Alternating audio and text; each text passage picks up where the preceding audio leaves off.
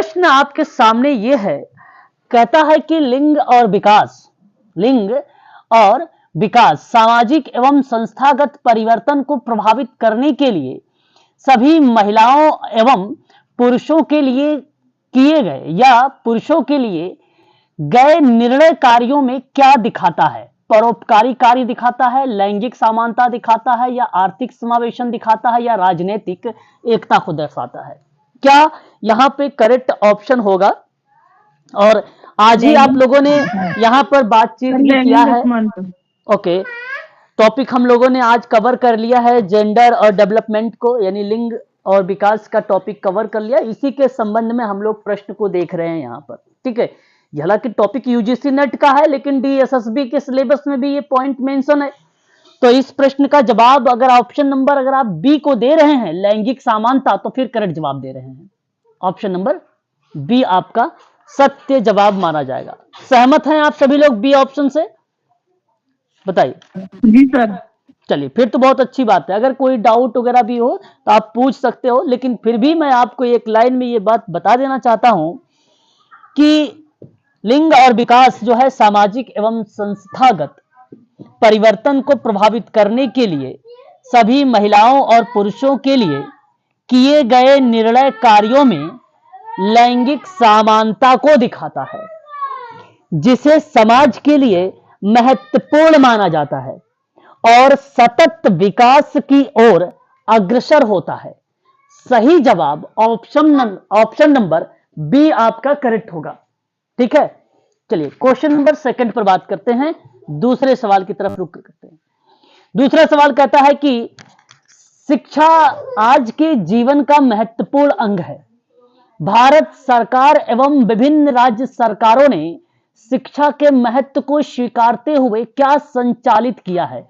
विभिन्न योजनाएं, विभिन्न संगोष्ठियां, विभिन्न सम्मेलन, या विभिन्न समाज कार्य? सही जवाब आपको देना है। विभिन्न योजनाएं। ओके, विभिन्न योजनाओं की तरफ आप लोगों ने यहाँ पे करेक्ट जवाब देना चाह रहे हैं, और मैं आपको बता देना चाहता हूं इसका सही जवाब। अगर क्वेश्चन नंबर 2 की बात करते हैं तो सही जवाब आप लोगों ने जो डिफरेंट तरीके का अपने कार्यक्रम को मेंशन किया है, ऑप्शन नंबर ए यानी विभिन्न योजनाएं, यही ऑप्शन आपका करेक्ट माना जाएगा। भारत सरकार और विभिन्न राज्य सरकारों ने, ठीक है, आप कह सकते हो कि शिक्षा के महत्व को स्वीकारते हुए विभिन्न योजनाओं को संचालित किया है। शिक्षा आज की जीवन का महत्वपूर्ण अंग है ना, और केंद्र सरकार द्वारा शैक्षणिक योजनाओं का समय समय पर क्रियान्वित भी किया जा रहा है, और लैंगिक समानता के क्षेत्र में शिक्षा महत्वपूर्ण भूमिका निभा सकती है। और सही जवाब आपका ऑप्शन नंबर पहला सत्य माना जाएगा। क्वेश्चन नंबर 3, आधुनिक समाज में ज्योतिबा फूले और सावित्रीबाई फूले ने, ठीक है, किस क्रांतिकारी बीज बोने का कार्य किया था? सही जवाब आपको बताना है। क्या ऑप्शन करेक्ट होना चाहिए? महिला शिक्षा। ओके, अगर आप यहां पे महिला शिक्षा जवाब दे रहे हैं तो करेक्ट ऑप्शन का आप चुनाव कर रहे हैं, ठीक है, यही ऑप्शन आपका करेक्ट है। आधुनिक भारत में ज्योतिबा फूले और सावित्रीबाई फूले ने कोई अगर पॉजिटिव भूमिका निभाया है तो वह महिला शिक्षा पर। भारत की पहली महिला शिक्षिका सावित्रीबाई फूले ने अपने पति समाज सेवी महात्मा ज्योतिबा फूले के साथ मिलकर सन 1848 में, कब? 1848 में इन्होंने बालिकाओं के लिए एक विद्यालय की स्थापना की थी, ठीक है। ये बात आपको ध्यान में रखना होगा।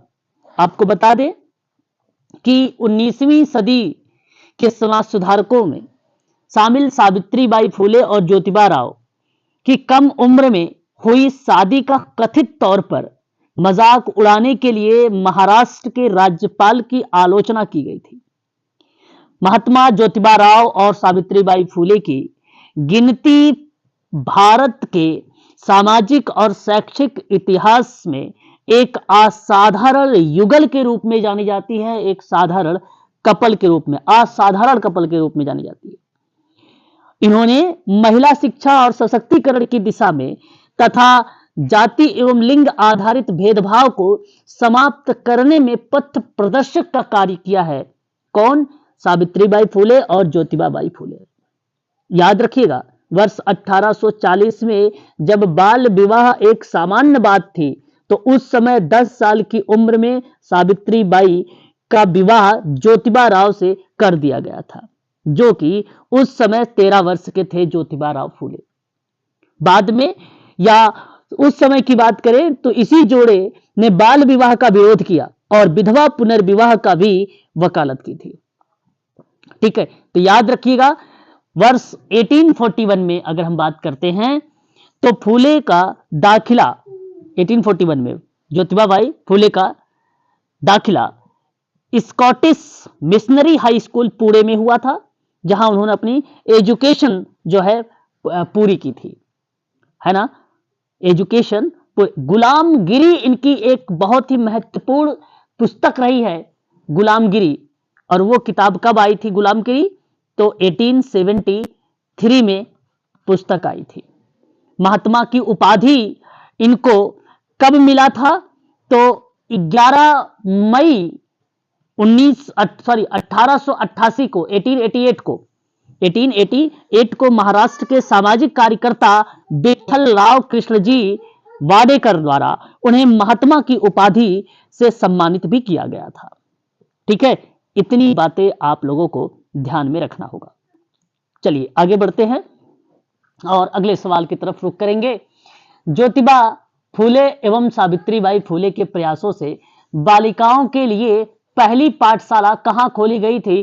तो अभी अभी मैंने आप लोगों से जिक्र भी कर दिया है, शायद उम्मीद है कि आप लोग इसका सही जवाब भी दे पाओगे। पुणे। पुणे। क्वेश्चन नंबर 4 का सही जवाब ऑप्शन नंबर बी होगा, महाराष्ट्र यानी Pune. Option number B correct जवाब माना जाएगा।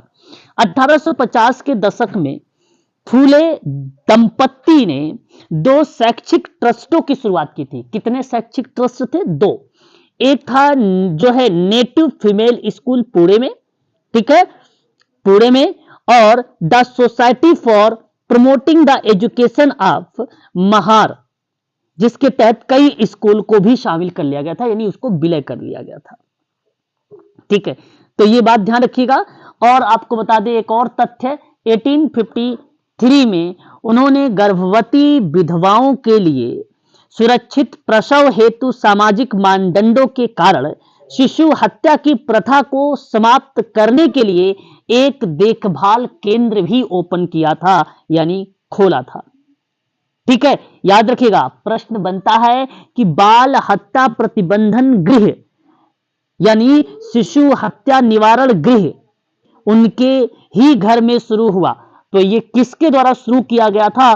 तो जवाब आप लोग दीजिएगा, ज्योतिबाबाई फूले के द्वारा। ठीक है, सही जवाब ऑप्शन नंबर बी यहां पे करेक्ट ऑप्शन होगा। क्लियर रहेगा? एक बार स्पष्ट करिएगा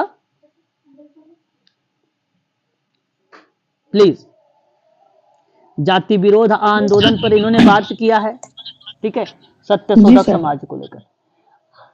चलिए अगले सवाल की तरफ देखते हैं। क्वेश्चन नंबर 5, विश्व स्वास्थ्य संगठन ने स्वास्थ्य को पूर्ण शारीरिक, मानसिक और किस अन्य रूप में परिभाषित किया है? विश्व स्वास्थ्य संगठन ने स्वास्थ्य वर्ल्ड हेल्थ ऑर्गेनाइजेशन की स्थापना 7 अप्रैल 1948 को हुआ था और 7 अप्रैल को ही स्वास्थ्य दिवस मनाया जाता है, ये बात ध्यान रखिएगा। और कह रहा है कि पूर्ण शारीरिक और मानसिक एवं किसी अन्य रूप में परिभाषित किया गया है। तो 4 ऑप्शन कि आर्थिक गतिविधि में, कि चिकित्सकीय व्यवहार में, या सामाजिक कल्याण में, या इनमें से कोई नहीं। क्वेश्चन नंबर 5 का सही ऑप्शन क्या होना चाहिए? सामाजिक। सर सामाजिक कल्याण। सामाजिक कल्याण बिल्कुल करेक्ट जवाब है कि वर्ल्ड हेल्थ ऑर्गेनाइजेशन ने स्वास्थ्य को पूर्ण शारीरिक, मानसिक तथा सामाजिक, है ना, रूपों में परिभाषित किया है। आप यहां पे कह सकते हैं कि किस अन्य रूप में परिभाषित हुआ, तो वह एक और अन्य रूप बनता है सामाजिक कल्याण, ना कि चिकित्सकीय व्यवहार, ना ही आर्थिक गतिविधि। सही जवाब option number C. Question number 6, लड़कियों और महिलाओं को स्वास्थ्य संबंधी असमानताओं, मतलब जहां पे इक्वलिटी ना मिल रही हो, लड़कियों और महिलाओं को स्वास्थ्य संबंधी असमानताओं का अनुभव होता है और यह समाज को किस तरह संरक्षित करता है, सांस्कृतिक विचारधाराओं में या सामाजिक दृष्टिकोण में या वैज्ञानिक असमर्थता में या शिक्षा विहीन योजना में। क्वेश्चन नंबर 6 का सही जवाब आपको बताना है। अगेन आपकी जो सवाल पूछे गए हैं वो स्वास्थ्य संबंधी असमानता को इन्वॉल्व किया गया है। बताइए क्या करेक्ट जवाब होना चाहिए? सांस्कृतिक। सांस्कृतिक। देखिए, लड़कियों और महिलाओं को स्वास्थ्य संबंधी समस्याओं के कारण, स्वास्थ्य संबंधी समस्याओं के कारण असमानताओं का अनुभव होता है। और ये बता दूं मैं आपको, क्योंकि सांस्कृतिक विचारधाराओं और प्रथाओं ने समाज को एक तरह के लैंगिक रूप से विभाजित किया है, जिसमें महिलाएं दुर्व्यवहार के कारण अधिक असुरक्षित अनुभव करती हैं और इन्हीं दुर्व्यवहार के कारण उन्हें बीमारी और प्रारंभिक मृत्यु का खतरा बना रहता है। इसलिए सांस्कृतिक विचारधारा यहां पर आपका करेक्ट जवाब हो जाएगा। ऑप्शन नंबर पहला सत्य माना जाएगा। क्वेश्चन नंबर 7, पिछले कुछ वर्षों में लिंग की विचारधारा पुरुषों और महिलाओं के बीच अधिक स्वास्थ्य समता प्राप्त करने के लिए क्या बन गई है? आर्थिक सम्मेलन या सामाजिक कार्य या पसंदीदा दृष्टिकोण या रणनीति? 4 ऑप्शन आपके सामने, जवाब आप लोग बताइए। सर रणनीति। क्वेश्चन नंबर 7 का सही जवाब रणनीति बता रहे हैं, परंतु रणनीति सही जवाब नहीं है। रणनीति सही जवाब नहीं है। दृष्टिकोण। बिल्कुल, पिछले कुछ वर्षों में लिंग की विचारधारा के आधार पर, यानी जेंडर की बात मैं आप लोगों से कर रहा हूं, ठीक है, तो उसके आधार पर अगर हम बात करें, पुरुषों और महिलाओं के बीच में अधिक स्वास्थ्य समता प्राप्त करने के लिए वह पसंदीदा दृष्टिकोण बन गया है। कौन सा दृष्टिकोण या कौन सा पॉइंट ऑफ व्यू बन गया है? तो पसंदीदा बन गया है। यहां पे करेक्ट ऑप्शन जो माना जाएगा वह ऑप्शन नंबर आपका सी सही जाएगा। ऑप्शन नंबर सी सत्य आपका माना जाएगा। ठीक है, option number C. Question number 8, किस जी बताइए, बोलिए सर, आवाज आपकी नहीं आ सर रही। ये क्वेश्चन नंबर 6 में जो सांस्कृतिक विचारधारा है जी, यह बात आपको समझ में नहीं आई? सांस्कृतिक विचारधारा बताता हूं, सुनिए। देखिए, मैं आपको बताता हूं, ध्यान सुनिएगा। मैंने आपसे पहले भी कहा है कि लिंग और विकास के 2 महत्वपूर्ण कारक हैं, जिनमें से मैंने एक को शिक्षा को लेकर रिलेट कराया था, दूसरा मैंने स्वास्थ्य को रिलेट करवाया था। अब ये स्वास्थ्य से संबंधित सवाल है। क्वेश्चन नंबर 6, क्वेश्चन नंबर 6 कहता है कि लड़कियों और महिलाओं को स्वास्थ्य संबंधी समस्या के कारण असमानता का अनुभव करना पड़ा। किसके कारण? स्वास्थ्य संबंधी अगर समस्या है तो उसके मतलब यह हुआ कि वहां असमानता का कारण बना। लेकिन समस्याओं के कारण असमानताओं का जब उनको अनुभव होने लगा, कारण क्या हो सकता है? वहां पे सांस्कृतिक विचारधारा और प्रथा ने, जैसे कुछ प्रथा होती है जो पहले चली आ रही है, महिलाएं 7 तक पढ़ेंगी, 5 तक पढ़ेंगी, या महिलाएं घर से बाहर ही नहीं जाने की प्रथा है, और इन्हीं प्रथाओं को रिलेट कराता है एक प्रकार से सांस्कृतिक विचारधारा भी। तो कहा कि समाज को हर तरह से लैंगिक रूप से विभाजित किया गया है। समाज को आप कह सकते हो कि लैंगिक रूप में विभाजित है कि नहीं? हर तरह से। समाज के परिप्रेक्ष्य में भी वो अलग है, सांस्कृतिक दृष्टिकोण में भी वो अलग है, वैज्ञानिक विचारधाराओं में भी अलग है, शिक्षा या विहीन की परिप्रेक्ष्य में बात करें तो भी वो अलग है। तो अलग अलग प्रक्रिया में उसको रिलेट कराया। तो कहा कि सांस्कृतिक विचारधारा और प्रथाओं ने समाज को एक तरह से लैंगिक रूप से विभाजित कर दिया, यानी लिंग के आधार पर डिवाइड कर दिया। ये पुरुष है, ये पुरुष अच्छा काम कर पाएगा, महिला काम नहीं कर पाएगी। इस तरीके की विचारधाराएं महिलाएं दुर्व्यवहार के कारण अधिक असुरक्षित महसूस करने लगी, और वो प्रक्रिया सांस्कृतिक विचारधारा को रिलेट कराती है, ना कि शिक्षा विहीन, ना ही सामाजिक और ना ही वैज्ञानिक। तो लड़कियों और महिलाओं को स्वास्थ्य संबंधी असमानता का अनुभव होता है जो सांस्कृतिक विचारधाराओं को रिलेट कराता है। ठीक है, यहां आपका ऑप्शन नंबर पहला करेक्ट होगा। और जो पसंदीदा दृष्टिकोण है, पिछले कुछ वर्षों में लिंग की विचारधारा पुरुषों और महिलाओं के बीच अधिक स्वास्थ्य क्षमता प्राप्त करने के लिए एक पसंदीदा दृष्टिकोण बन गया और इसी मान्यता में एक प्रकार से उपजा कि जब तक तकनीकी रणनीति आवश्यक है तब तक स्वास्थ्य में लैंगिक असमानता को कम करने के लिए पर्याप्त नहीं है। तो उस कंडीशन में इस चीजों को दर्शाया। हालांकि पुरुषों और महिलाओं के बीच अधिक स्वास्थ्य क्षमता प्राप्त करने के लिए पसंदीदा दृष्टिकोण, अब धीरे धीरे रणनीतियां आ गई, कार्यक्रम आ गया, योजनाएं आ गई, ये सब क्या बनते गए, एक प्रकार के पसंदीदा दृष्टिकोण बनते गए। सही जवाब बेसिकली इस सवाल का ऑप्शन नंबर 7 का सी होगा, 6 का ए ही करेक्ट माना जाएगा। ठीक है, इस चीज को आप ध्यान रखिएगा। क्वेश्चन नंबर 8 देख लीजिए। किस योजना के माध्यम से स्वास्थ्य केंद्रों में प्रसव सुविधा उपलब्ध कराकर मातृ मृत्यु दर एवं शिशु मृत्यु दर में कमी लाने की कोशिश की जा रही है? जननी सुरक्षा योजना 2005, जननी सुरक्षा नियोजन 2004, जननी सुरक्षा अधिकार 2004, जननी सुरक्षा मातृ शिशु योजना 2005। जवाब आप जननी बताइए। सुरक्षा मातृ शिशु योजना 5। ओके, क्वेश्चन नंबर 8 का जवाब आप लोगों ने ओके, किसी ने ए, किसी ने डी को भी चुनाव किया है, परंतु यहां सही जवाब ऑप्शन नंबर ए होगा। ए ऑप्शन आपका करेक्ट माना जाएगा। आपको बता दें कि जननी सुरक्षा योजना 2005 में आई और उस जननी सुरक्षा योजना में कहा भी गया कि स्वास्थ्य केंद्रों में प्रसव सुविधा उपलब्ध कराया जाएगा, रिसोर्सेज संसाधन उपलब्ध कराए जाएंगे, इसके माध्यम से मातृ मृत्यु दर में कमी लाई जाएगी और शिशु मृत्यु दर में भी कमी लाई जाएगी।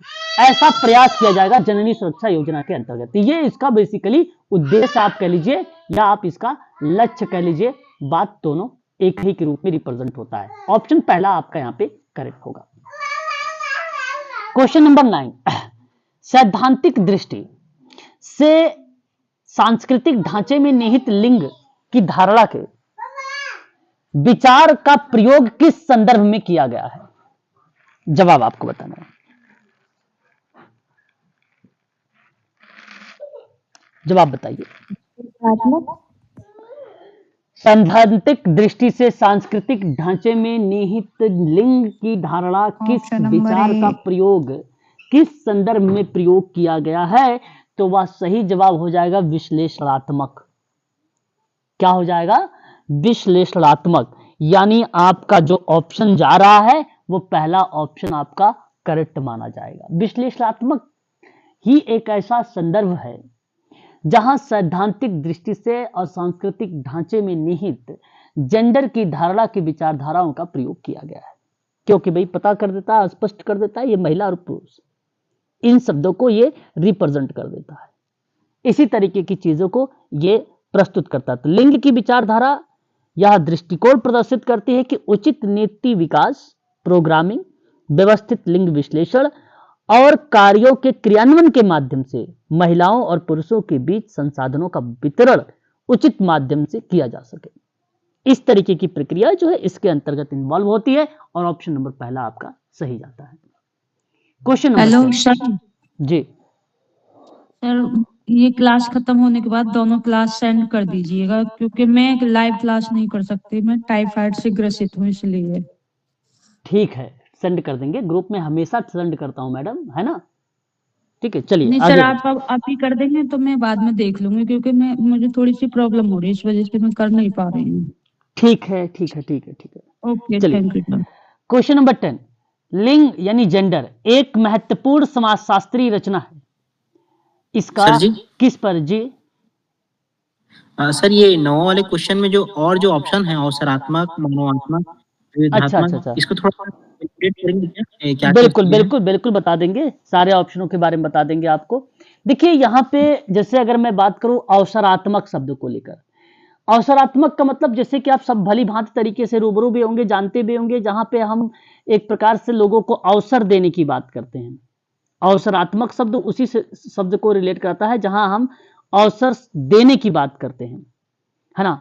हालांकि अवसरात्मक भी एक ऐसा शब्द है जो कहीं ना कहीं समाज में परिवर्तन लाने की बात करता है, लेकिन सवाल परिवर्तन से नहीं था, सवाल सैद्धांतिक दृष्टिकोण से सांस्कृतिक ढांचे में जो इन्वॉल्व है जो थ्योरेटिकल पॉइंट ऑफ व्यू से बात करें, जो कल्चरल पॉइंट ऑफ व्यू से बात करें, या उसके स्ट्रक्चर में बात करें, जहां जेंडर की जो कॉन्सेप्ट है वो इन्वॉल्व है, उसका प्रयोग हम करेंगे एक विश्लेषणात्मक तरीके से। तभी हम समझ पाएंगे भाई महिलाओं को ये साधन मिलने चाहिए, पुरुषों को ये संसाधन होने चाहिए, महिलाओं को ये इस कार्यों में लगाना चाहिए, पुरुषों को इस कार्यों में लगाना, इक्वलिटी की बात करते हुए, है ना। तो वहां पर यहां ये चीजें नहीं की गई। मैंने यहां पे ये शब्द नहीं मेंशन किया कि महिलाओं और पुरुषों को, ठीक है, कार्यों को लेकर, अगर कार्यों को लेकर संदर्भित करता तो अवसरात्मक होता आपका, इसलिए अवसर वहां पे प्रोवाइड कराने के संबंध में शब्द को रिलेट कराता है अवसरात्मक शब्द। और एक शब्द है जो है मानवात्मक शब्द, यानी ह्यूमैनिटीज पर बात करता है ये मानवात्मक शब्द। और ये शब्द जो है बेसिकली अगर हम बात करते हैं तो एक प्रकार से संवाद जैसे शब्दों को रिलेट कराता है, संवाद जैसे शब्दों को रिलेट कराता है। यानी आप ये कह लीजिए, आपने नाम सुना भी होगा, किसी परंपराओं के बारे में अगर समाधान करते हैं या बातचीत करते हैं तो आपने सुना होगा मानवतावाद जैसे शब्द, कि आपके मन में ये दया होनी चाहिए कि आप महिलाओं का मदद करें, ये नहीं होनी चाहिए आपके मन में। हमें उन्हें क्या करना है, उन्हें इक्वलिटी की बात। आप क्यों दया दिखाओगे भाई कि महिला है, महिला तो भी कार्य कर सकती है। तो ह्यूमैनिटीज बेस्ड नहीं होना चाहिए। और सैद्धांतिक परिपेक्ष, सांस्कृतिक ढांचे कभी भी मानवात्मक चीज को रिप्रेजेंट नहीं करता ह्यूमैनिटीज पर, इसलिए आपका यह भी पॉइंट सत्य नहीं होगा। उसके बाद विविधात्मक शब्द एक आता है, हालांकि ये थोड़ा सा रिलेट कराता है विश्लेषणात्मक शब्द को, है ना। कारण ये है कि विश्लेषणात्मक विधि शास्त्र से जो मेलिंग बताता है वो प्राथमिक सिद्धांतों का विश्लेषण बताता है। विश्लेषणात्मक सैद्धांतिक दृष्टियों का विश्लेषण बताता है, सांस्कृतिक ढांचे का विश्लेषण बताता है जेंडर की धारणा में, जेंडर की धारणाओं में। लेकिन जब मैं किसी चीज का शोध के दौरान उसके व्यापक या वर्णात्मक दृष्टिकोण को जब मेंशन करता हूं, उन संबंध में यह रिलेट होता है विविधात्मक शब्द। विविधात्मक शब्द वहां पर इन्वॉल्व होता है, ठीक है। हालांकि भिन्नता के रूप में रिप्रेजेंट किया जा सकता है विविधात्मक, जिसे विविध का मतलब होता है कि कई क्षेत्रों में बात करना, उस चीज को रिलेट करा देता है ना, कई क्षेत्रों में।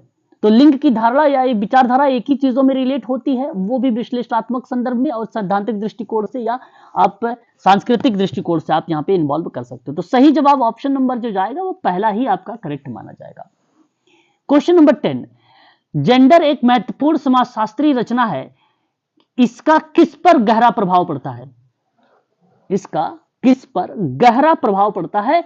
ये 4 ऑप्शन आपके सामने है, बताइएगा। सर सामाजिक एवं सांस्कृतिक गहरा प्रभाव आप बता रहे हैं कि सामाजिक और सांस्कृतिक जीवन पर पड़ता है। यहां पर बिल्कुल करेक्ट जवाब बता रहे हैं कि जेंडर महत्वपूर्ण समाजशास्त्री एक रचना है, इसका प्रभाव समाज पर और सांस्कृतिक जीवन पर पड़ता है। यहां आपका करेक्ट है। दूसरी बात, एक चीज ध्यान रखिएगा, जब भी जेंडर किस शब्द में आए वह शब्द राजनीति हो तो रिलेट आप पहले, हालांकि क्वेश्चन में यूजीसी नेट की बात अगर करें या किसी अदर एग्जाम की भी बात मैं करूं ना, तो राजनीतिक जब भी शब्द आए तो आप उसको एलिमेंट कर दिया करें पहले ही। और दूसरी बात, मानवता पर कभी सवाल पूछा ही नहीं जाएगा, इसको भी एलिमेंट कर दें, ठीक है। तो आपको ऑप्शन जो बचता है पॉजिटिव के रूप में सामाजिक बचता है और सांस्कृतिक जीवन बचता है, और ये पॉजिटिव शब्द है। और यहां करेक्ट जवाब ऑप्शन नंबर आपका बी होगा, ऑप्शन बी आपका करेक्ट होगा, ठीक है। क्वेश्चन नंबर 11, विश्व जनसंख्या में लगभग आधे की भागीदारी महिला जनसंख्या आज भी किस रूप में या किस रूप से उपेक्षित है? क्वेश्चन नंबर 11, जवाब बताइए। 11 नंबर का सवाल। आर्थिक रूप से। अच्छा, आप कह रहे हैं आर्थिक रूप से। चलिए मैं आपको बता दूं, यहां करेक्ट जवाब विश्व जनसंख्या के लगभग आधे की भागीदारी महिला जनसंख्या आज आर्थिक रूप से उपेक्षित है। पहले तो आपको यह जानना जरूरी है कि उपेक्षित का मतलब क्या होता है, उपेक्षित का तात्पर्य क्या है। बता सकते हैं प्लीज? यहाँ सर, नहीं उपेक्षित हुआ। शब्द है, पूर्ण सर। जिसकी उपेक्षा की गई हो, भेदभाव जिसकी सर एक। उपेक्षा की गई हो। अच्छा, आपने कहा भेदभाव, जिसका परवाह ना किया गया हो, यानी तिरस्कार। ठीक है, यानी तिरस्कार। तो देखो, सामाजिक रूप से अगर मैं बात करूं तो विश्व जनसंख्या लगभग आधे की भागीदारी के परिप्रेक्ष्य में क्या आप पूर्णता की भागीदारी रख सकते हो? राजनीतिक में 1/3 की परिप्रेक्ष्य में अगर आप पंचायती राज वाली बात करते हो, 33% वाला आज देखा आपने, वहां पर भी भूमिका इसकी आ जाती है, सांस्कृतिक रूप में भी हो जाती है। लेकिन विश्व जनसंख्या में इसने बात किया। हम इंडिया के परिप्रेक्ष्य में ये तीनों चीजों को रिलेट करके बताएं आपको, लेकिन विश्व जनसंख्या के लगभग आधे की भागीदारी महिला जनसंख्या आज अगर हम बात करें तो आर्थिक रूप से उपेक्षित है। सही जवाब ऑप्शन नंबर 3 है, यानी सही करेक्ट आपने जवाब दिया था, ऑप्शन आपने 3 सही दिया था। ठीक है, तो ऑप्शन आपका यहां पे आर्थिक रूप से ही सही माना जाएगा। महिलाओं की समाज में महत्वपूर्ण भूमिका होने के बावजूद उनका आर्थिक पिछड़ापन किसका प्रतीक होता है? आर्थिक भेदभाव, लैंगिक भेदभाव, सामाजिक भेदभाव या स्वास्थ्य भेदभाव? क्वेश्चन नंबर 12 आपको आर्थिक जवाब भेदभाव। बताना है। लैंगिक भेदभाव। सर, आर्थिक भेदभाव। लैंगिक। ओके, लैंगिक भेदभाव होगा मैडम। क्या होगा? लैंगिक भेदभाव होगा। महिलाओं की समाज में महत्वपूर्ण भूमिका होने के बावजूद उनका जो आर्थिक पिछड़ापन है वो किसका प्रतीक है? वो लैंगिक यानी जेंडर का ही है, जेंडर वाइज ही है, जेंडर वाइज यानी लैंगिक भेदभाव ही है। आपका करेक्ट जवाब ऑप्शन नंबर बी सही माना जाएगा। ठीक है, बी सही माना जाएगा। पुरुष प्रधान सोच और शिक्षा प्रदान, पुरुष प्रधान सोच और शिक्षा प्रदान करने के लिए या करने में किया जाने वाला लैंगिक भेदभाव महिलाओं के किन अवसरों को बाधित कर देता है? संवेदना को बाधित करेगा, या समानता को बाधित करता है, या संपत्ति को, या रोजगार को? संपत्ति और सर, रोजगार। समानता। समानताओं को। ओके ओके, क्वेश्चन नंबर 13 देखिए, अगर मैं आपसे बात करता हूं, मैंने आपको संपत्ति, रोजगार और जीविका के क्षेत्र में जो लिंग भेदभाव की अभिव्यक्ति थी मैंने आपको बताया है। संपत्ति, रोजगार और जीविका के क्षेत्र में सवाल ये कहा इसमें कि पुरुष प्रधान सोच के आधार पर शिक्षा प्रदान करने में किया जाने वाला, शिक्षा प्रदान करने वाले में किया जाने वाला लैंगिक भेदभाव महिलाओं को किन अवसर में, अब जाहिर सी बात है जब वो उनके पास शिक्षा प्रदान करने में लैंगिक भेदभाव कर रहे हो तो वो रोजगार को बाधित करेगा कि नहीं बाधित करेगा? समानता तो अलग बात है, संवेदना अलग बात है, संपत्ति अलग बात है। एजुकेशन सोच के आप रोजगार को रिलेट कराएंगे तो ऑप्शन आपका करेक्ट जाएगा डी वाला। सहमत हैं क्या इस बात से आप सभी लोग? बताइए। सर, शिक्षा से फिर रोजगार मतलब? अरे भाई, अगर शिक्षित होगे तभी तो रोजगार मिलेगा आपको। पुरुष प्रधान सोच और शिक्षा प्रदान करने में किया जाने वाला लैंगिक भेदभाव उनके रोजगार के अवसरों को ही तो बाधित करता है, और यही कारण है कि विभिन्न क्षेत्रों में महिला कर्मियों की संख्या अपेक्षाकृत न्यूनतम है। एजुकेटेड रहेंगे तो आपको जॉब मिलेगा कि नहीं मिलेगा? बताइए। आपको संगठित क्षेत्रों में बात करें तो कुल 20.5% महिला कर्मी कार्यरत हैं, जिसमें से सार्वजनिक क्षेत्र में 18 यानी 18.1% महिला कर्मी है। निजी क्षेत्र में 24.3% महिला कर्मी कार्यरत है ना? इस बात को आप ध्यान सुनिए। यहां तक कि भारत में वरिष्ठ पदों पर केवल 5% महिलाएं आसीन है, जबकि वैश्विक लेवल पर अगर हम बात करते हैं तो मान लीजिए कि आप वर्ल्ड के लेवल पर 20% है। तो यहां करेक्ट जवाब जो जाएगा वो ऑप्शन नंबर आपका डी वाला सत्य माना जाएगा। क्वेश्चन नंबर 14, भारत में वरिष्ठ पदों पर केवल 5% महिलाएं आसीन है, जबकि वैश्विक स्तर पर यह प्रतिशत कितना मान लिया जाएगा? 20%। आपका डी करेक्ट हो जाएगा। क्वेश्चन नंबर 15 कहता है कि भारतीय समाज के मनीषियों ने परिवारों में कुशल संचालन के लिए महिला एवं पुरुषों में किसका निर्धारण किया था ताकि गृहस्थी रूपी रथ सही तरीके से चल सके? कार्य क्षेत्र को या सामाजिक ज्ञान को या प्राकृतिक नियम को या ये सभी? क्वेश्चन नंबर 15 आपको जवाब देने हैं। कार्य क्षेत्र। कार्य क्षेत्र आप बता रहे हैं और यहां पे करेक्ट जवाब आप दे रहे हैं। देखिए, महिला, श्रमिक कृषि आप ले लीजिए, निर्माण कार्य ले लीजिए, उद्योग ले लीजिए, कालीन बुनाई जैसे असंगठित क्षेत्रों में कार्यरत है, ये बात आपको अच्छे तरीके से मालूम होगा। इन्हीं क्षेत्रों में कार्यरत श्रमिक न्यूनतम मजदूरी अधिनियम के संरक्षण से दूर एवं शोषण का शिकार रही हैं। लेकिन अगर हम बात करते हैं तो भारतीय संविधान में समान कार्य के लिए समान वेतन का प्रावधान है। ग्रामीण और असंगठित क्षेत्रों में इसका पालन नहीं होता है, ये बात आप जानते हैं।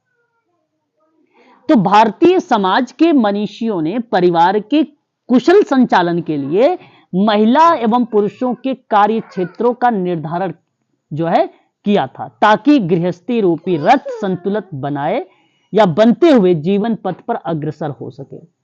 यहां कोई भी ना तो एक दूसरे से श्रेष्ठ था ना ही निकृष्ट था। सही जवाब आपका कार्य क्षेत्र होगा, ना कि ऑप्शन डी होगा। ऑप्शन नंबर आपका पहला करेक्ट जवाब होगा।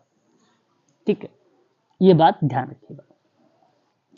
क्वेश्चन नंबर 16, विकासशील देशों में आर्थिक विकास को बढ़ावा देने के लिए किसकी आवश्यकता होती है? आपको बताने हैं अधिक लैंगिक समानता, अत्यधिक साक्षरता या शैक्षणिकता या सभी? करेक्ट जवाब आपको 16 का बताना है। सर ये सारे कह रहे हैं आप यहां पे सभी को इन्वॉल्व नहीं कर सकते हो, विकासशील देशों को इसने इन्वॉल्व किया है। अधिक लैंगिक समानता। बिल्कुल, अधिक लैंगिक समानता। सवाल बड़ा ही आसान सा है, आप इसको जवाब भी दे सकते थे। क्या कह रहा है कि विकासशील देशों में, है ना, लैंगिक समानता और विकास परंपरा जो है एक दूसरे से जुड़े हुए हैं और अधिक लैंगिक समानता आर्थिक विकास को बढ़ावा देगा। कल की क्लास में मैंने निर्णय लेने के अधिकार में पढ़ाया था, है ना, तो उसके अंतर्गत ये चीजें अधिक लैंगिक समानता आर्थिक विकास को बढ़ावा देने के लिए परिस्थितियों का निर्माण करती है और आर्थिक विकास में योगदान करती है, जबकि अधिक विकास से लिंग समानता अधिक होती है ना। लेकिन विकसित देशों में महिलाएं समानता पुरुषों की तुलना में अधिक शिक्षित होती हैं। विकसित देशों में पुरुषों की तुलना में महिला अधिक शिक्षित होती हैं और वे अर्थव्यवस्था के लिए महत्वपूर्ण सकारात्मक वैल्यूज का प्रतिनिधित्व करती हैं। आर्थिक विकास में महत्वपूर्ण योगदान निभाती हैं वो महिलाएं। तो यहां करेक्ट जवाब जो जाएगा वो ऑप्शन नंबर आपका अगेन ए सत्य माना जाएगा। क्वेश्चन नंबर 17, वह कौन सी क्रिया है जो अधिक से अधिक स्त्री बनने की प्रक्रिया होती है जिसमें समय के साथ या जनसंख्या में बदलाव आवश्यक होता है? नारीकरण, सशक्तिकरण या आबादीकरण या शैक्षणिकरण? क्या जवाब आपका होना सर चाहिए?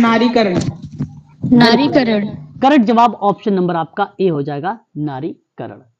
वहीं बात करते हैं गरीबी के नारीकरण का विचार अगर 1970 के दशक का है, लेकिन किस दशक में संयुक्त राष्ट्र के द्वारा कुछ दस्तावेजों में इसे लोकप्रिय बनाया गया? मैंने कल की क्लास में आपको बताया भी था और सही जवाब आप लोगों ने भी दिया है मुझे। 1990 के दशक में संयुक्त राष्ट्र के द्वारा कुछ दस्तावेजों में इसे लोकप्रिय बनाया गया। संयुक्त राज्य अमेरिका में गरीबी दर के विकास में लिंग पैटर्न पर ध्यान केंद्रित करने वाले एक अध्ययन के बाद यह लोकप्रिय समाज में एक प्रमुख विषय बन गया और सही जवाब ऑप्शन नंबर सी आपका करेक्ट हो जाएगा। क्वेश्चन नंबर 19, गरीबी का नारीकरण वास्तव में गरीबी नहीं है बल्कि इसका मुख्य कारण डैश है। सही जवाब क्या होना चाहिए 19 का? तो आप क्या जवाब बताएंगे, बताइए। लैंगिक असमानता। लैंगिक असमानता बताएंगे। बिल्कुल करेक्ट जवाब यहाँ पे लैंगिक असमानता ही करेक्ट ऑप्शन में जाएगा यहाँ पर। ठीक है, ऑप्शन नंबर डी सही माना जाएगा। क्वेश्चन नंबर 20 कि निम्नलिखित में से गरीबी का नारीकरण कौन सा है? गरीबी का नगरीकरण पूछा है, सॉरी नारीकरण, गरीबी का नारीकरण कौन सा है? तो सर ये चारों ये गरीबी का नारीकरण कौन सा है? ये तो एकल माँ परिवार, यौन हिंसा, रोजगार यानी उपर्युक्त सभी, यानी करेक्ट जवाब डी आपका हो जाएगा। गरीबी के नारीकरण को संबोधित करने में एकल मात्र परिवार महत्वपूर्ण है और छोटे रूप से किन घरों के रूप में परिभाषित किया जा सकता है? महिला मुखिया, पुरुष मुखिया, संरक्षक या पुत्र मुखिया? सही जवाब आपको बताना है। क्वेश्चन नंबर सर महिला मुखिया। महिला मुखिया सर। महिला मुखिया is the right answer. Option number पहला आपका करेक्ट हो जाएगा, है ना। नाम से ये स्पष्ट है, एकल मात्र परिवार में बात, जैसे देखो मात्र सत्तात्मक परिवार आ जाए, है ना। आज सुनीता मैडम ने एक क्वेश्चन भी ग्रुप में डाला था DSSB में, ठीक है, तो आप उस प्रश्न के आधार पर ही आप इसको जो है आइडेंटिफाई कर सकते हैं, ठीक है, ठीक है। बुला के हटो, ठीक है। आगे अगर हम बात करते हैं अगले सवाल पे, तो कहता है महिलाओं को, एक मिनट जरा होल्ड रखना।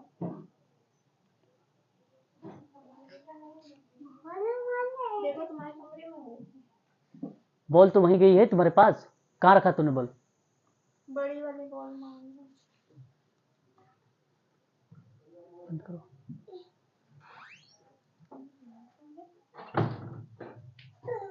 चलिए आ जाइए। तो क्वेश्चन नंबर 22 कह रही है आपके सामने कि महिलाओं के रोजगार में बड़ी वृद्धि हुई है, फिर भी नौकरियां की गुणवत्ता में अभी भी क्या दिखाई देता है? बताइए सही जवाब क्या होना चाहिए? असमान वितरण। सर असमान वितरण लग रहा है। असमान वितरण का आप जवाब देना उचित समझ रहे हैं। क्वेश्चन नंबर 22 का ऑप्शन नंबर जो आपने दिया है असमान वितरण is the right answer, correct option यहां पर माना जाएगा। देखिए महिलाओं के रोजगार में बड़ी वृद्धि हुई है, फिर भी नौकरियां की जो गुणवत्ता है उनमें अभी भी असमान वितरण दिखाई देता है, असमान वितरण दिखाई देता है। तो दुनिया भर में महिलाओं के लिए रोजगार के अवसर सीमित हैं, आप ऐसा कह सकते हो। काम करने के लिए समान पहुंच प्राप्त करके किसी के पर्यावरण को भौतिक रूप से नियंत्रित करने की जो क्षमता है वो अन्य श्रमिकों के साथ सार्थक संबंधों की अनुमति देती है। तो रोजगार न केवल वित्तीय स्वतंत्रता के बारे में है बल्कि एक स्थापित कानून स्थिति, वास्तविक दुनिया के अनुभव के माध्यम से उच्च सुरक्षा के बारे में आश्रय और शर्मीली महिलाओं के लिए गहराई से महत्वपूर्ण है। परिवार के भीतर उच्च संबंधों को स्थापित करता है। ये महिलाओं के रोजगार में बड़ी वृद्धि हुई है, फिर भी नौकरियां की गुणवत्ता में अभी भी गहरा असमान वितरण दिखाई देता है। तो इसलिए यहां पे करेक्ट जवाब ऑप्शन नंबर जो जाएगा वो बी वाला करेक्ट होगा। क्वेश्चन नंबर 23 मुख्य रूप से महिलाओं एवं लड़कियों के विरुद्ध क्या किए गए होते हैं जिसे लिंग आधारित हिंसा कहते हैं? जवाब आपको बताने हैं क्वेश्चन नंबर 23 का। हिंसात्मक कार्य। सर हिंसात्मक कार्य, बिल्कुल। मुख्य रूप से महिलाओं और लड़कियों के विरुद्ध क्या किए गए हैं? हिंसात्मक कार्य किए गए। और इसी पर बेस्ड है, बड़ा ही आसान सा टॉप क्वेश्चन था, आप आसानी से इसको कह सकते हैं, जिसे लिंग आधारित हिंसा भी कहा जाता है ना। लिंग आधारित हिंसा भी इसको परिभाषा के रूप में डिफाइन कर सकते हो कि मुख्य रूप से महिलाओं और लड़कियों के विरुद्ध किए गए हिंसात्मक कार्य को लिंग आधारित हिंसा कहते हैं। क्वेश्चन नंबर 24 निम्नलिखित में से कौन से लिंग आधारित हिंसा के प्रकार हैं? वैवाहिक बलात्कार, तेजाब हमला, पुत्र वरीयता से संबंधित दुर्व्यवहार और उपर्युक्त सभी। सर उपयुक्त सभी। क्वेश्चन नंबर आपके सामने 24, सही जवाब ऑप्शन डी के जवाब दिया है आपने, उपर्युक्त सभी। और ऑप्शन नंबर आपका ऑप्शन 4 ही करेक्ट जवाब होगा। वैवाहिक बलात्कार, तेजाब हमला, पुत्र वरीयता से संबंधित दुर्व्यवहार, उपर्युक्त सभी जो है ये शामिल आ जाते हैं उसके प्रकार पे। आज आप लोगों ने लिंग आधारित जो प्रकार देखे थे, इसी के अंतर्गत आप समझ सकते हैं, ये भी इसी के टाइप माने जाएंगे। किस प्रकार की लिंग आधारित हिंसा में महिलाएं और लड़कियां पोस्ट ट्रॉमेटिक स्ट्रेस डिसऑर्डर से पीड़ित हो जाती हैं? आपको बता दें, बड़ा ही आसान सा ये क्वेश्चन है, बलात्कार। यहां ऑप्शन नंबर अगर आप बी करते हैं, किसी महिला की इच्छा के विरुद्ध यदि कोई व्यक्ति उसके साथ शारीरिक संबंध स्थापित करता है तो उसे बलात्कार की श्रेणी में रखा जाता है। बलात्कार सामान्यतः लड़कों और महिलाओं एवं लड़कियों के विरुद्ध पुरुषों द्वारा किया जाता है। महिलाओं को सामान्यतः लड़कों एवं लड़कियों की तुलना में अधिक बार शिकार बनाया भी जाता है। तो बलात्कार से शिकार लड़कियां या महिलाओं को गंभीर रूप से आघात पहुंचता है, जिससे वे पोस्ट ट्रॉमेटिक स्ट्रेस डिसऑर्डर से पीड़ित हो जाती हैं। सही जवाब ऑप्शन नंबर आपका बी करेक्ट माना जाएगा। Question sir number honour killing क्या होगा? ऑनर किलिंग, ऑनर किलिंग एक प्रकार से आप जैसे कि उसकी हत्या को दर्शाता है। ऑनर किलिंग की अगर हम बात करते हैं तो किसको दर्शाता है? हत्या को दर्शाता है, ठीक है। और हत्या, सर हत्या या सुसाइड? देखो ऑनर किलिंग बेसिकली जैसे आप ये कह लीजिए कि देश में लगातार किसी न किसी इलाके में, ठीक है, लड़के लड़कियों या लड़के लड़कियां ऑनर किलिंग का शिकार हुई हैं। तो ऑनर किलिंग का मतलब अपने ही परिवार में किसी व्यक्ति की हत्या इसलिए कर दी जाती है क्योंकि परिवार वालों को लगता है कि उस व्यक्ति की वजह से उन्हें शर्मसार होना पड़ा है, ठीक है। कुल मिलाकर तथाकथित इज्जत के नाम पर होने वाली हत्या क्या कहलाती है? ऑनर किलिंग कहलाती है। जी सर। ठीक है, ये बात आप कह सकते हो। क्लियर रहेगा? क्वेश्चन नंबर 26, किस लिंग हाँ जी सर। आधारित, जी आगे देखिए, किस हाँ जी लिंग सर, क्लियर हो गया। आधारित, ओके, किस लिंग आधारित हिंसा के शारीरिक, भावनात्मक, मौखिक, आर्थिक एवं यौन सहित कई रूप होते हैं, जिसके परिणाम स्वरूप मानसिक अथवा शारीरिक विरूपण अथवा मौत की संभावना होती है। तो बताइए कि किस लिंग आधारित हिंसा के शारीरिक, भावनात्मक, मौखिक, आर्थिक, यौन सहित कई रूप हो रहे हैं और इसी के परिणाम स्वरूप मानसिक और शारीरिक विरूपण अथवा मौत की संभावनाएं रहती है। तो किस टाइप के अंतर्गत जिक्र होता है? Question number 26। घरेलू सर हिंसा, वैवाहिक बलात्कार। सर घरेलू हिंसा। देखिए यहां पे अगर मैं आपसे बात करूं, जैसे शारीरिक, भावनात्मक, मौखिक, आर्थिक, यौन शोषण सहित कई रूप होते हैं, मैंने एक परिभाषा बताया था और वो परिभाषा था घरेलू हिंसा का। वो परिभाषा किसका था? घरेलू हिंसा का। मैंने कहा था आप यहाँ पे घरेलू हिंसा का नाम दे सकते हो। इसी के परिणाम स्वरूप मानसिक और शारीरिक विरूपण अथवा मौत भी संभव है। सामान्यतः पत्नी अथवा महिला साथी घरेलू हिंसा के शिकार होते हैं। हालांकि पुरुष साथी अथवा दोनों एक दूसरे के विरुद्ध घरेलू हिंसा के कारण इसका शिकार हो सकते हैं। सही जवाब ऑप्शन आपका सी करेक्ट होगा यहां पर, ठीक है। ऑप्शन सी आपका करेक्ट माना जाएगा। क्वेश्चन नंबर 27, महिलाओं के उत्थान के संवैधानिक प्रयास में बाल विवाह निरोध अधिनियम किस वर्ष लाया गया था? और 1937, 1929, 1856 और 1949। सही जवाब आपको बताना है। महिलाओं के उत्थान के लिए संवैधानिक प्रयास बाल विवाह निरोध या विरोध निषेध अधिनियम बता सकते हो, जिसको आप शारदा एक्ट भी कहते हो। प्लीज 1929। 1929 सही जवाब ऑप्शन नंबर बी आपका यहां पे करेक्ट जवाब हो जाएगा, ठीक है। बी ऑप्शन आपका करेक्ट हो जाएगा। लिंग आधारित हिंसा को रोकने के लिए घरेलू हिंसा अधिनियम किस वर्ष लाया गया था? आप बता सकते हो 2005। 2005। बिल्कुल। किस वर्ष अंतर्राष्ट्रीय महिला वर्ष के रूप में मनाए जाने के बाद सरकार ने महिला विकास हेतु विशेष प्रयास करना स्टार्ट कर दिया? क्वेश्चन नंबर 29 का सही जवाब क्या होना चाहिए? 1975। 1975, 1975 ऑप्शन नंबर ए आपका करेक्ट जवाब। क्वेश्चन नंबर 30, ग्रामीण महिलाओं की सक्रिय भागीदारी सुनिश्चित करने हेतु सरकार ने कौन से संविधान संशोधन के माध्यम से देश की पंचायत राज संस्थाओं में महिलाओं के लिए 33% स्थान आरक्षित कर दिया? अब आपको बताना है ये कि कौन सा संविधान संशोधन था, आपको वो यहां पर जिक्र करना है।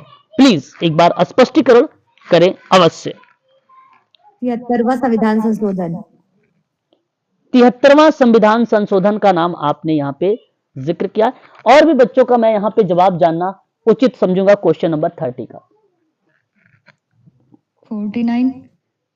73वां संविधान संशोधन 1992 सही जवाब आपका जो माना जाता है ये यही माना जाता है 33%।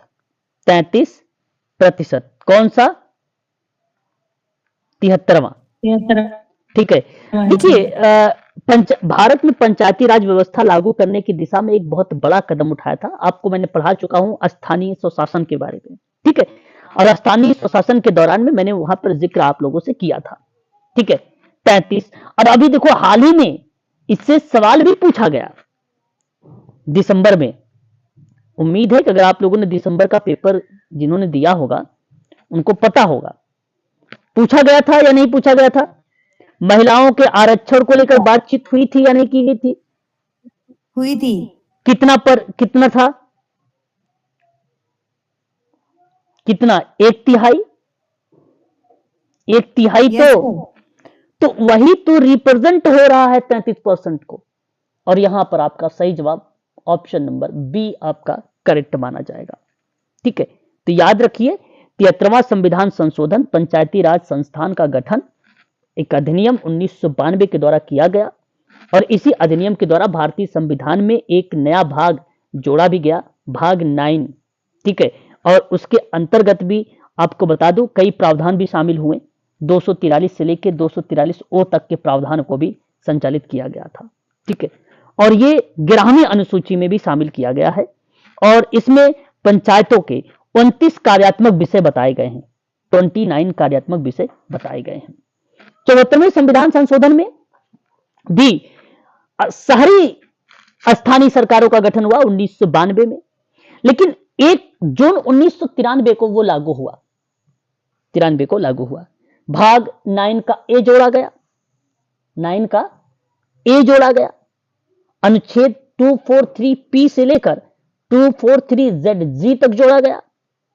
ठीक है। और यहां संविधान में 12वीं अनुसूची में इसको जोड़ा गया। कुल टोटल 18 कार्यपद विषय बताए गए थे इसमें 18। ठीक है। तो इस तरीके से आप ध्यान रख सकते हैं 74वें में भी और 73वें में भी। ठीक है। आगे बात करते हैं संयुक्त राष्ट्र संघ के द्वारा किस वर्ष अंतर्राष्ट्रीय महिला वर्ष घोषित किया गया? और प्रत्येक 8 मार्च जो आज का दिन है ना, प्रतिवर्ष अंतर्राष्ट्रीय महिला दिवस मनाने की घोषणा करता है ना? बताइए जो। सर 1970। 1970 का जवाब आप देना यहां उचित समझते हैं, 1975। लेकिन यहां पे 1970 गलत होगा। 1975 करेक्ट होगा। Option number C is the right answer होगा आपका। ठीक है। क्वेश्चन नंबर 32, जन साधारण की भाषा में दान, दया, धर्म, सहानुभूति की भावना से प्रेरित होकर समस्याग्रस्त व्यक्ति की सहायता करना क्या कहलाता है? समाज कार्य, आर्थिक कार्य या सांस्कृतिक कार्य या सभी कार्य दर्शाता है। 32 का सही जवाब क्या होना चाहिए? सर समाज कार्य। बिल्कुल सही जवाब ऑप्शन नंबर बी समाज कार्य। क्वेश्चन नंबर 33, समाज कार्य के अंतर्गत समाज कल्याण, समाज सेवा, सामाजिक नीति, सामाजिक सुरक्षा इत्यादि कई प्रकार की सेवाएं आरंभ की गई, जिससे किसका समाधान किया जाता है? सामाजिक समस्याओं का, राजनीतिक समस्याओं का, सांस्कृतिक समस्याओं का कि आर्थिक समस्याओं का? सही जवाब क्या होना चाहिए? Question number 33। सर सामाजिक समस्याओं का। बिल्कुल सही जवाब ऑप्शन नंबर ए। और सामाजिक समस्याओं के अंतर्गत समाज कल्याण, समाज सेवा, सामाजिक नीति, सामाजिक सुरक्षा इत्यादि कई प्रकार की सेवाएं प्रारंभ की गई हैं या आरंभ की गई हैं, और वहां पर हम उसका समाधान का प्रयास भी करते हैं। तो ऑप्शन नंबर पहला करेक्ट जवाब होगा। 34, स्त्रियों को अनेक प्रकार की समस्याओं का सामना करना पड़ता है, निम्न में बताइए वे समस्याएं कौन सी है? क्या बाल विवाह है, दहेज उत्पीड़न है, या लिंग भेदभाव है? किन समस्याओं को? सभी। सर ये सभी। सर सभी ये सभी ऑप्शन डी। बिल्कुल ऑप्शन डी आपका करेक्ट हो जाएगा। अब क्वेश्चन नंबर 35 आपको बड़े ही ध्यान से यहां पर कूट को पढ़ना है और उसके आधार पर उसको आइडेंटिफाई आपको करनी है। ठीक है, जरा एक बार ध्यान से इन चीजों को समझने का प्रयास आप लोग करेंगे। 35 नंबर का क्वेश्चन हमारे सामने दिया गया है और मैं आप लोगों से अब जिक्र करने चल रहा हूं। पहला, नारी, यहां पर कहा है कि कूट को सहायता से सही कथनों का पहचान करना है। नारीकरण यानी स्त्रीकरण वह क्रिया है जो अधिक से अधिक स्त्री बनने की प्रक्रिया है, जिस इसमें समय के साथ जनसंख्या में बदलाव आवश्यक होता है। मैंने ये इसकी परिभाषा भी बताया था, आपने कोई क्वेश्चन भी करवाया था, आपने कहा था कि नारीकरण सही जवाब होगा। तो सही स्टेटमेंट होगा यानी ये, यस या नो? हाँ जी सर। ठीक यस है। सर। दूसरा पॉइंट, महिलाओं के खराब होने का क्या कारण है? महिलाओं के खराब होने का क्या कारण है? पुरुषों के खराब होने के कारण भी हो सकता है। इसलिए गरीबी के नारीकरण के कारणों को समझने के लिए जो सबसे ज्यादा मायने रखता है। क्या इस बात से सहमत हैं? देखो सर, ये भी नहीं। सवाल महिलाओं के खराब नहीं, होने का क्या कारण है, पुरुषों के खराब होने का कारण भी हो सकता है। पुरुष अगर खराब है तो हो सकता है महिला भी खराब हो, में भी हो सकता है। इसलिए गरीबी के नारीकरण के कारणों को समझने के लिए सबसे ज्यादा मायने रखता है। तो इसलिए जरूरी यह है कि गरीबी के नारीकरण को समझना अत्यंत आवश्यक है। उसके रीजन कौन कौन से हैं? जरूरी केवल यही कि पुरुषों का खराब होने के कारण, और भी रीजन हो सकते हैं। तो मैं ये कहूंगा कि ये स्टेटमेंट भी आपका करेक्ट है, गलत नहीं लिखा गया है। ये बात सहमत है आप सभी लोग? बताइए, अगर नहीं है तो फिर भी मैं यहाँ पे आपको एक्सप्लेन करूंगा। सर एक बार और बता दीजिए सेकंड में। अरे भाई, सवाल में तो साफ लिखा हुआ है कि महिलाओं के खराब होने का क्या कारण, क्या कारण? पुरुषों के खराब होने के कारण भी हो सकता है। पुरुषों के खराब होने का कारण भी हो सकता है। कितने लोग सहमत है कि पुरुषों के खराब होने के कारण हो सकता है महिलाएं खराब? हो सकता है सर। हाँ भाई सर, हो सकता टोटल है। हो सकता है, ये एक कारण है। और इसीलिए कहा गया कि गरीबी के नारीकरण के कारणों को समझने के लिए सबसे ज्यादा मायने भी रखता है। गरीबी के नारीकरण को अगर समझना है तो इस कारण को जानना अत्यंत आवश्यक है। कौन कौन से इसके रीजंस हैं, और भी रीजंस मिलेंगे। तो उस आधार पर यह स्टेटमेंट आपका सत्य है। गरीबी के स्त्रीकरण या नारीकरण को संबोधित करने में एकल मात्र परिवार, देखिए एक कारण यहां पर मिल रहा है, समझिएगा अच्छे से, महत्वपूर्ण रूप से पर उन घरों के रूप में परिभाषित किया जा सकता है जिसमें महिला मुखिया होती है। क्या इस बात से सहमत हैं? बिल्कुल हाँ जी होना सर। चाहिए। ये भी बात आपकी सत्य है। दुनिया भर में महिलाओं के लिए रोजगार के अवसर सीमित हैं, ये बात करेक्ट है, मैंने पढ़ाया था अभी। काम करने के लिए समान पहुंच प्राप्त करके किसी के पर्यावरण को भौतिक रूप से नियंत्रित करने की क्षमता, ठीक है, भौतिक रूप से नियंत्रित करने की क्षमता अन्य श्रमिकों के साथ सार्थक संबंधों की अनुमति देती है। और यह भी स्टेटमेंट आपकी सत्य है। तो करेक्ट ऑप्शन यहां पे सभी जाएंगे, जैसा कि ऑप्शन नंबर बी में लिखा हुआ 1 2 3 4, 35 वाले का ऑप्शन बी आपका करेक्ट माना जाएगा। ठीक है, क्वेश्चन नंबर 36 यहां क्या करा है कि असत्य कथन को पहचानिए, सत्य को नहीं असत्य को पहचानना है। 36 में गलत क्या लिखा हुआ है? सरकार ने महिलाओं के स्वास्थ्य सुधार पर विशेष ध्यान नहीं दिया है। अरे भाई बताइए, ये तो यही गलत हुआ कि नहीं गलत हुआ? सरकार ने ध्यान दिया है कि नहीं दिया? हाँ जी सर। सरकार द्वारा फिर कह रहा है कि जहां पुरुषों के स्वास्थ्य के लिए कई योजनाएं कार्यक्रम चलाई जा रही हैं, तो वैसी सुविधाओं से महिलाओं से वंचित रखा गया है। ये टोटली गलत है भाई, यही असत्य है, यही असत्य है। बाकी फिर भी और ऑप्शन को देखते हैं। लिंग एक महत्वपूर्ण समाजशास्त्रीय रचना है जिसका सामाजिक और सांस्कृतिक जीवन पर गहरा प्रभाव रहा है, जो विश्व की आधी जनसंख्या की बात करती है। और अभी अभी मैंने आपको बताया था समाजशास्त्रीय दृष्टिकोण और सैद्धांतिक दृष्टिकोण को भी मेंशन किया था। तो यहां पर आपका ये वाला पॉइंट सत्य है। भारतीय समाज में महिलाओं की कई समस्याएं रही हैं, जिसमें से गरीबी, बेरोजगारी, कुपोषण, अस्वास्थ्य, कई कारणों से शिक्षा का प्रसार उस रूप में महिलाओं से नहीं हो सका जैसा अपेक्षित है, और ये भी बात सत्य है। महिलाओं की समाज में महत्वपूर्ण भूमिका होने के बावजूद उनका आर्थिक पिछड़ापन लैंगिक भेदभाव का प्रतीक है, ये भी बात करेक्ट है। और भारत में यह स्थिति और भी चिंताजनक है, ये भी सत्य है। तो पहला असत्य हो जाएगा, यस या नो? यस हाँ जी सर। क्वेश्चन नंबर 37, इस पर देखते हैं हम लोग, एक बार विचार करते हैं। 37 क्या कहता है? कहता है कि कथनों को ध्यानपूर्वक पढ़िए और कूट को सहायता से आपको आइडेंटिफाई करना है जो उसका सही जवाब होगा, जो उसका सही जवाब होगा। पहला पॉइंट, महिलाओं के विरुद्ध हिंसा, जिसे लिंग आधारित हिंसा के रूप में जाना जाता है, यह मुख्य रूप से महिलाओं और लड़कियों के विरुद्ध हिंसात्मक कार्य होता है। सत्य है ना? बिल्कुल सत्य। हाँ जी सर। दूसरा, महिलाओं के विरुद्ध हिंसा को मानवाधिकार के उल्लंघन एवं महिलाओं के विरुद्ध भेदभाव का एक रूप में भी समझा जा सकता है। बिल्कुल, अगर आप उल्लंघन कर रहे हैं या उसके भेदभाव कर रहे हैं तो यह हिंसा समझा जा सकता है। बिल्कुल सही बात है, यह भी आपका सत्य है। बलात्कार की शिकार लड़कियां और महिलाओं को गंभीर रूप से आघात पहुंचता है, जिससे पोस्ट ट्रॉमेटिक स्ट्रेस डिसऑर्डर से पीड़ित हो जाती हैं। क्या इस बात से सहमत है? होना चाहिए, बिल्कुल सत्य है।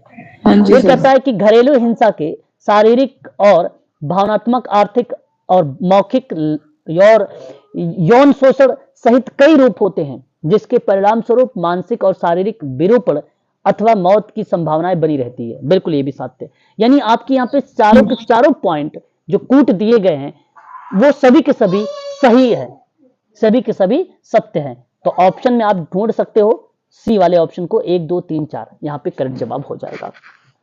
क्वेश्चन नंबर 38, जवाब आपको बताना है, ध्यान पूर्वक पढ़ना है और गलत कथन की पहचान करना है। इसमें गलत क्या है उसे आइडेंटिफाई करना है। पहला पॉइंट, शिक्षा आज के जीवन की महत्वपूर्ण अंग है। भारत सरकार एवं विभिन्न राज्य सरकारों ने शिक्षा का महत्व को स्वीकारते हुए विभिन्न योजनाओं को संचालित किया है, यानी ये बात सत्य है। हमें गलत को ढूंढना है। समाज कार्य के शिक्षक के प्रारंभ में भारतीय लेखकों के मौखिक सिद्धांत का प्रतिपादन किया, परंतु कालांतर में पश्चिमी लेखकों के सिद्धांतों का महत्व देने लगे। देखिए ये स्टेटमेंट गलत है ना? ये स्टेटमेंट अगर हम बात करते हैं क्या है, ये गलत है। ठीक है, बात समझ में आ रही नहीं? बताओ एक बार। हाँ जी सर। देखो यहां जो कहने का भाव रिप्रेजेंट हुआ है, या एक प्रकार से मीनिंग जो रिप्रेजेंट हो रही है, बताने का प्रयास यह किया जा रहा है कि समाज कार्य के शिक्षक ने प्रारंभ में भारतीय लेखकों के मौखिक सिद्धांत का प्रतिपादन किया है ना? भारतीय लेखकों का। अब ये पश्चिमी, आपने सुना भी है, समाज कार्य की प्रक्रिया तो शुरुआत में पश्चिमी देशों से आया, तो वहां भारतीय लेखकों और मौखिक सिद्धांत का प्रतिपादन हुआ, यहां थोड़ी ना हुआ। तो हम भारतीय लेखक का नाम यहां पर मेंशन नहीं करेंगे, परंतु कालांतर में पश्चिमी लेखकों के सिद्धांतों को महत्व देने लगे। कालांतर में तो इस प्रक्रिया की परिप्रेक्ष्य में भी बात किया जाए तो भी ये स्टेटमेंट आपका सत्य नहीं माना जाएगा, कालांतर के परिप्रेक्ष्य में भी। ठीक है, तो मैं आप लोगों से यहां पर कहूंगा कि ये जो पॉइंट दिया गया है, कालांतर में सोच कुरीतियों में परिवर्तित हो गई थी और महिलाओं को ऐसा श्रमिक समझा जाने लगा था जो कार्य तो करें लेकिन अधिकारों की मांग ना करें। ये बातें थी। घरेलू हिंसा हो, ठीक है, या कामकाजी महिलाएं, दोनों आर्थिक स्तर पर लैंगिक भेदभाव का शिकार थी। ये कंडीशन थी। तो मैं आप लोगों से कहूंगा ये आपका गलत है।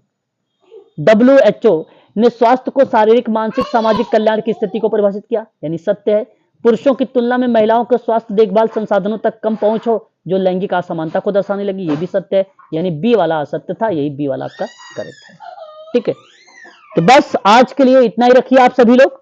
ठीक है, कल हम लोग आगे बढ़ेंगे यूजीसी नेट के सिलेबस को भी लेकर और नेक्स्ट पॉइंट पर बात करेंगे। यहाँ लिंग और जो विकास था, ये टॉपिक आपका आज फिनिश हो गया है। ठीक है, और कल आपकी जो 8:30 बजे क्लास होगी वो DSSB के क्वेश्चन पेपर पर हम लोग बातचीत करेंगे। ठीक है, तो आज के लिए बस इतना ही। Sir okay, thank you.